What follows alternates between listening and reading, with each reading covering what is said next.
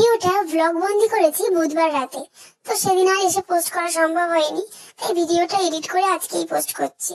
সবাই কেমন আছো অবশ্যই কমেন্টে জানাবে, আর আমাদের প্রত্যেকের বিয়ে বাড়ির লোক কেমন লাগছে কমেন্টে জানাবে। তো বিয়ে বাড়িতে এসেই যেটা হয় আর কি, মেয়েদের কে কেমন সাজলো, কাকে কেমন লাগছে সেটা নিয়েই বেশি ব্যস্ত আর কি। কোনো একটা অকেশন পড়লে সব আত্মীয় স্বজন সবাই একসঙ্গে হয়, সবাইয়ের সঙ্গে হাসি গল্প আড্ডা খুবই ভালো লাগে। তো বিয়ে বাড়িটা চারিদিকটা ঘুরে একটু ভালো করে ঘুরু ঘুরু করে নিচ্ছিলাম, আমি আমার বোনেরা কাকুর ছেলেমেয়েরা সবাই একসঙ্গে, আর খুব ভালোও লাগছিল। এখানে করা চেয়ারও পেতে দিয়েছে, এখানে যেহেতু বড়াসর হয়েছে বসে যাতে বিয়েটাও দেখতে পারে, সেই জন্য একটু সুবিধা আর কি। সবাই তো আর দাঁড়িয়ে বিয়ে দেখতে পারবে না, আর অনেক রাতেও বিয়ে হবে। তো এসবের মাঝখানে মনে পড়লো হঠাৎ বিয়ের কনের কথা, তাকেই তো এখনো দেখতে পাচ্ছি না। তো হঠাৎ উপরে গিয়ে দেখি তার এখনো সাজই রেডি হয়নি। কি হয়েছে বলতো, পার্লারের মেয়ে আসতে অনেক লেট করেছে, অনেক দেরি করেছে। তো সে এখন ইনকমপ্লিট অবস্থা পুরো, শাড়ি ফাড়ি পরারও কিচ্ছু হয়নি। তো ওখান থেকে আমরা সোজা চলে এসেছি নিচে, এসে একটু স্টার্টারের দিকটাতে গেলাম, কি কি স্টার্টারে আছে দেখার জন্য। আসল দেখা না, খেতেও গেছিলাম।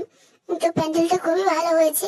ওরে বাবা, যা ভিড় এখানে, একটু স্কোপ পাচ্ছি না। অতি কষ্টে একটু ঠেলাঠেলি করে কয়েকটা প্লেট পকোড়া নিয়েছি, নিয়ে সোজা বেরিয়ে এসেছি একদম বাইরের দিকে, যাতে ফাঁকা জায়গায় দাঁড়িয়ে শান্তি করে খেতে পারি। তো এদিকে মাও খাচ্ছে, আমরা সবাই পকোড়াটা খাওয়া নিয়ে ব্যস্ত। পকোড়াটা খেতে খেতে হঠাৎ ফুচকার দিকে চোখ যেতেই আয়ান্ত অবাক, ও মা গো কত ভিড়! খুবই খেতে ইচ্ছে করছিল, তো ফাইনালি একটু ভিড় ঠেলে চলে এসেছি ফুচকার দিকে।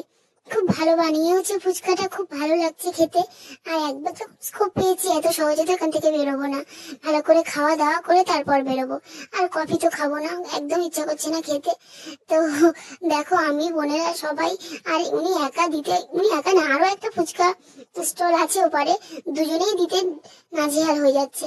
তো ফুচকাটা খেয়ে একটু আবার বিয়ের ওখানে চলে গেলাম, দেখছিলাম যে কোণে নেমেছে কিনা। তো দেখলাম যে হ্যাঁ, বিয়ের কোণে চলে এসেছে, সবার সঙ্গে একটু ফটোশুট করতে ব্যস্ত। আমরাও একটু ওর সঙ্গে ফটো তুলি, একটু গল্প করি। তো দেখো বিয়ের কোণেকে খুব ভালো লাগছে, খুব সুন্দর সাজিয়েছে। সবাই ভালো থেকো। আজকের ব্লগটা এই পর্যন্ত।